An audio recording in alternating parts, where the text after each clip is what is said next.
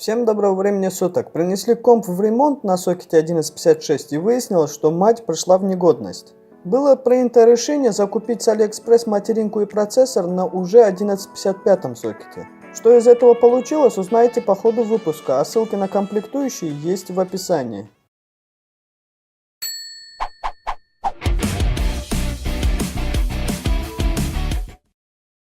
Железо, что стояло в системе, было довольно-таки неплохим. ATX материнка от MSI, Core i5 процессор, 4 ГБ оперативки и 4 гиговая видеокарта от AMD. Так как процессор был первого поколения, естественно, он не мог раскрыть потенциал карты. 1155 сокет это практически идеальный вариант, не считая Xeon. Его я не приобрел по причине того, что железо не мое, оно было у меня в ремонте, и поэтому я предложил сокет 1155. Мой выбор остановился на материнской плате от Asus P8077V LX. Почти такая же стоит у меня в системе и прекрасно справляется со своими обязанностями. Наверное, эта серия материнок единственная на сокете 1155 с поддержкой PCI-Express 16.3.0 и причем имеет два слота. Правда, второй работает уже с меньшей пропускной способностью, и все же он есть в системе. Говоря о PCI-Express X16.3.0, работает данный слот, как и должен, в 8 гигатранзакций в секунду с процессорами на ядре и V-Bridge. А с остальными процессорами работает на частоте 2.0, что не позволит использовать потенциал карты на 3-5%. Но данная материнка умеет хорошо гнать процессор и обладает множеством дополнительных фишек, которых нет на других чипсетах. Также располагает на себе по 2 PCI-Express и PCI-Express X1, USB 3.1, PS2, DVI, HDMI, SPDF, 8-канальный звук, 4 слота под оперативную память до 32 ГБ. 2 6 гигабитных SATA порта и 4 3 гигабитных. И работает, как уже, наверное, поняли, с процессорами на 32 и 22 нанометровом техпроцессе.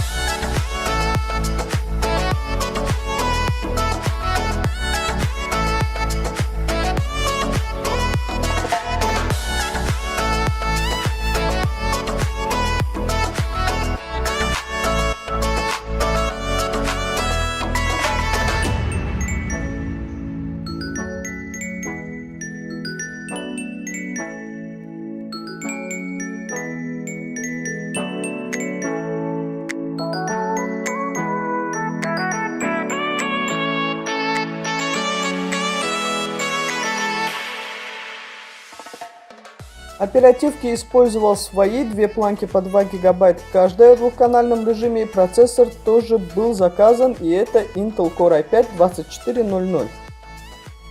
С этим процессором был выпуск, он уже не раз светился у меня на канале, и ничего плохого о нем сказать я не могу, может вытянуть карты до 4 ГБ. У кулера ножки были отломаны, видимо неправильно вставляли его и надавливали, их я заменил на заказанные с того же AliExpress. Ну и карта от AMD Radeon R7 370 на 4 гигабайта памяти в исполнении фирмы Sapphire, ее характеристики сейчас будут показаны. И связка процессора с этой картой сочетается хорошо, а для большей уверенности в турбобусте включил максимальную производительность. Так как процессор не гонится, он без индекса K, а турбобуст будет поднимать его частоты до практически его предела.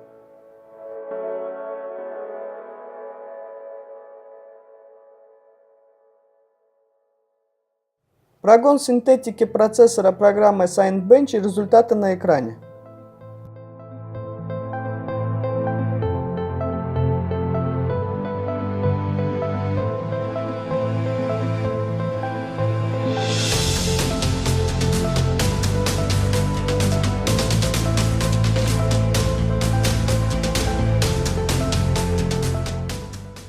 А теперь пару тестов в играх, и вся информация также на экране. И первая игра Assassin's Creed Syndicate, настройки высокие.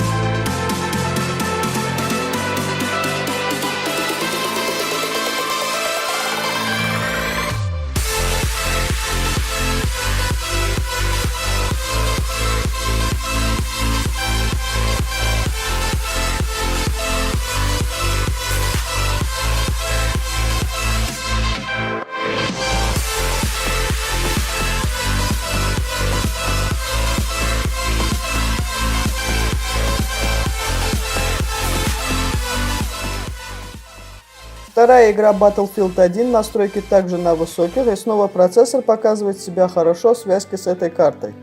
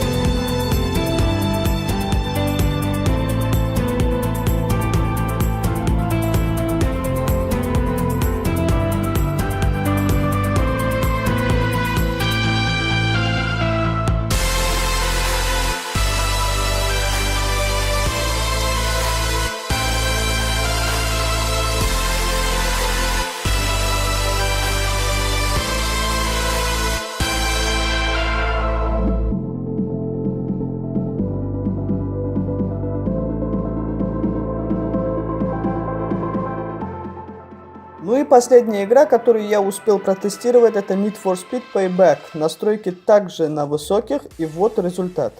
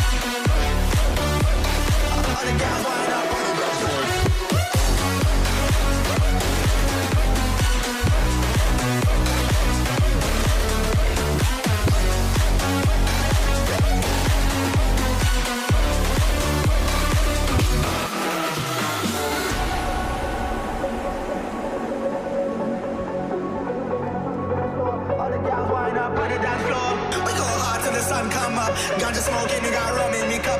Bad gals wind up on the dance floor. All the gals wind up on the dance floor.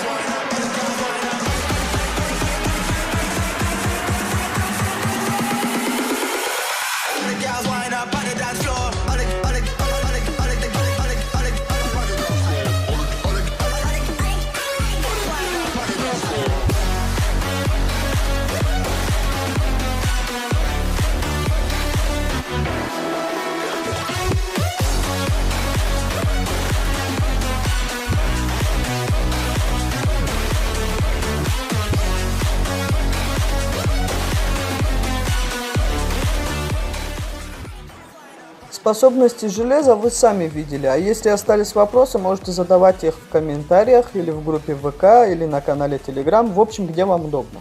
А на этом мой выпуск подошел к концу, я с вами прощаюсь и до скорых встреч. Всем удачи и хорошего настроения.